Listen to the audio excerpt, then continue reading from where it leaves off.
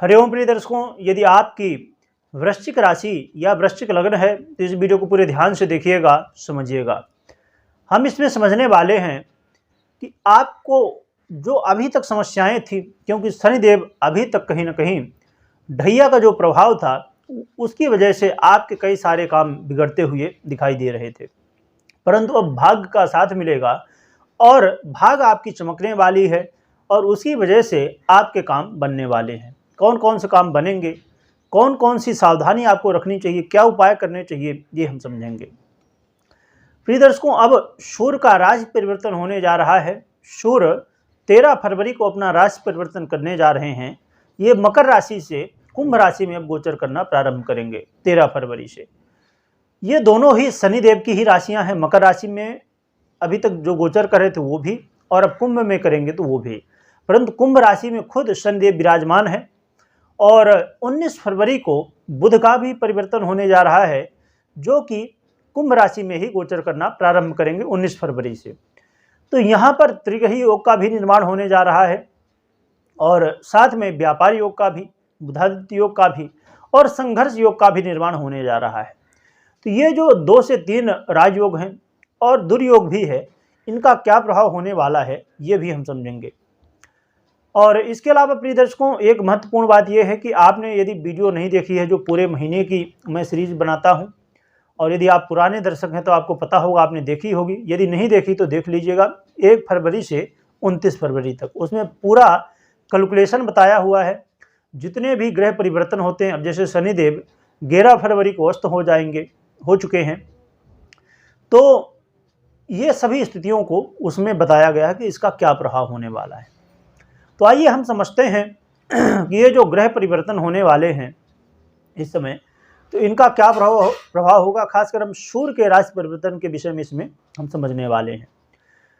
तो देखा जाए तो यदि आप अपने जीवन में इस बात से परेशान थे कि घर, गाड़ी, बंगला, क्योंकि हर व्यक्ति चाहता है कि उसके पास घर हो, गाड़ी हो, बंगला हो, वो सभी लग्जरी चीज़ें हों जो आप कहीं ना कहीं देखते हैं, सुनते हैं, तो वो सब चीज़ें आपको प्राप्त होनी चाहिए। परंतु हर व्यक्ति के लिए संभव नहीं होता कि वो प्राप्त कर सके। बहुत ज़्यादा मेहनत करने के बाद भी, बहुत ज़्यादा संघर्ष करने के बाद भी हम प्राप्त नहीं कर पाते हैं। तो ये समय होगा, यदि आप खुद का घर बनाना चाहते हैं या प्रॉपर्टी लेना चाहते हैं तो ये सही समय है, क्योंकि इस समय आपको मौका मिलेगा अपना खुद का घर बनाने के लिए, प्रॉपर्टी लेने के लिए आपको मौका मिलने वाला है। हाँ, एक जरूर है, इस समय गाड़ी वाहन लेने से बचिएगा। गाड़ी वाहन लेते समय आपको यदि बहुत ज़रूरी हो तो ही लीजिए, यदि बहुत ज़रूरी ना हो तो थोड़ा रुक जाइए। और प्रॉपर्टी के लिए बहुत अच्छा समय रहने वाला है।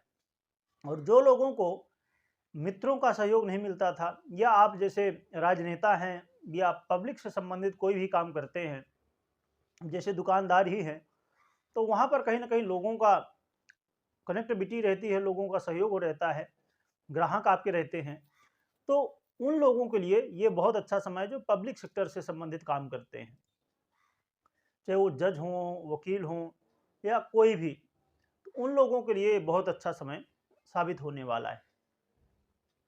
और प्रिय दर्शकों, देखा जाए तो आपके करियर में भी कई परिवर्तन होने वाले हैं। खासकर जो सरकारी क्षेत्र से जुड़े हुए जॉब करते हैं उनके लिए बहुत अच्छा समय है। और जो लोग सरकारी जॉब के लिए प्रयासरत थे उनके लिए भी ये कहीं ना कहीं मौका है कि आप इंटरव्यू दे सकते हैं, अप्लाई कर सकते हैं। इस समय सरकारी क्षेत्र से जुड़े हुए जॉब आपको प्राप्त होने की संभावनाएं दिखाई दे रही हैं। और हाँ, ये जो है, जो पब्लिक से ये प्राइवेट जॉब करते हैं उनके लिए थोड़ी सी सावधानी रखनी होगी। उनके लिए कहीं ना कहीं, अब क्योंकि ढैया का भी प्रभाव है ही है, तो इसलिए आपको थोड़ा सा सावधान रहना होगा। जो भी काम करिए उसमें आलस्य करने से आपको बचना है। आपने आलस्य किया तो काम गड़बड़ हो सकता है।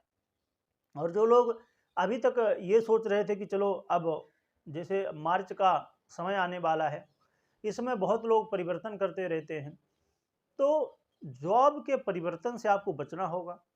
जो जॉब आप कर रहे हैं उसी को करते रहिए। ज़्यादा बेहतर होगा कि आप वही काम को और भी अच्छे तरीके से करिए जिससे आपको प्रमोशन मिल सके। प्रमोशन की स्थितियां तो दिखाई नहीं दे रही हैं, परंतु प्रयास कर सकते हैं कि आपको प्रमोशन मिल सके, क्योंकि प्रमोशन तभी मिलता है जब आप अच्छे काम करते हैं। तो इसके लिए आप प्रयत्न कर सकते हैं। हाँ, एक चीज़ ज़रूर है आपके ग्रह स्थितियाँ जो हैं उनके हिसाब से, कि कहीं न कहीं आपको धन लाभ होता हुआ दिखाई देगा और आय में वृद्धि होने वाली है। तो सैलरी वृद्धि के लिए, सैलरी बढ़ाने के लिए आप बात कर सकते हैं। और इसके अलावा देखा जाए तो प्रिय दर्शकों, यदि आप गंभीर बीमारियों से, खासकर गुप्त रोगों से संबंधित यदि समस्याएं थी आपको, इस समय रोगों से, गुप्त रोगों से मुक्ति मिलने का समय है। और आप इसके अलावा प्रयत्न कर सकते हैं अपने जीवन में। जो लोग, अब देखिए हर व्यक्ति की अपनी अपनी मान्यताएं हैं, जो लोग लॉटरी, जुआ, सट्टा इन सब चीज़ों में विश्वास रखते हैं, उन लोगों के लिए ये समय सही रहेगा और गुप्त धन प्राप्ति के लिए भी समय बहुत अच्छा है। और जो लोग रिसर्च वर्क करते हैं उनके लिए भी ये समय कहीं ना कहीं सफलतादायक रहने वाला है। हाँ, एक बात ज़रूर है कि आपको अपने मानसिक टेंशन से बचना होगा। कोई भी काम कर रहे हैं तो बहुत ज़्यादा, अब 4 काम एक साथ करेंगे तो मानसिक टेंशन तो बढ़ने ही वाला है, इससे आपको बचना होगा। और अपने एक काम की तरफ पूरी तरह से फोकस आपको कर लेना चाहिए। अपने पिता के, माता के स्वास्थ्य का ध्यान रखिएगा और सरकारी क्षेत्र से जुड़े हुए जो काम हैं उनमें भी आपको कहीं न कहीं सफलताएँ प्राप्त होने वाली हैं। तो देखा जाए तो ये बहुत सारे लाभ हैं और सावधानियाँ भी हैं जो कि आपको रखना चाहिए। आपको अपने वाणी में विशेष रूप से संयम रखना चाहिए कि वाणी में कोई, क्योंकि देखिए वाणी ही ऐसी है हमारी कि जिससे हम शत्रु बना लें या मित्र बना लें किसी को। तो इसलिए वाणी बहुत महत्वपूर्ण है इस समय। कुछ भी बोलने से पहले आपको 100 बार सोचना चाहिए, फिर ही बोलना चाहिए, क्योंकि इससे अभी तो प्रेजेंट में उतना प्रभाव आपको नहीं दिखेगा, फ्यूचर में इसका प्रभाव ज़्यादा दिख सकता है। तो अभी तो लगेगा कि चलो हमने जो कहा वो बहुत अच्छा है, सामने वाला समझ गया और बड़ा खुश हो गया, परंतु फ्यूचर में इसका प्रभाव कहीं न कहीं उल्टा हो सकता है। तो आपको जो भी बोलना है तो फ्यूचर को ध्यान में रखते हुए बोलना है। और उपाय की बात की जाए तो हनुमान जी की आराधना आप कर ही रहे होंगे, उसी को करते रहिए। और साथ में जो है तो आप भगवान सूर्य को अर्घ्य दें, इससे भी आपके लिए कहीं न कहीं लाभ मिलता हुआ दिखाई देगा। और अर्घ्य की विधि आपको पता ही होगी। आपको 1 जल लोटा लेना है, तो उसमें रोली डालना है, कुछ लोग कुमकुम भी बोलते हैं, तो वो थोड़ा-सा डालिए। चावल 2-4 दाने, और यदि लाल फूल मिल जाए तो वो डाल लीजिए। अब कई जगह जैसे अब ठंडी का समय है तो नहीं प्राप्त हो पाता है, तो जो ना हो प्राप्त हो तो उसकी कोई बात ही नहीं, पर यदि जो प्राप्त हो जाए तो वो डाल सकते हैं। और 3 बार अर्घ्य देना है, और अर्घ्य ऐसी जगह में देना है जहाँ पर वो जो जल गिरता है वो पैर में किसी के ना पड़े।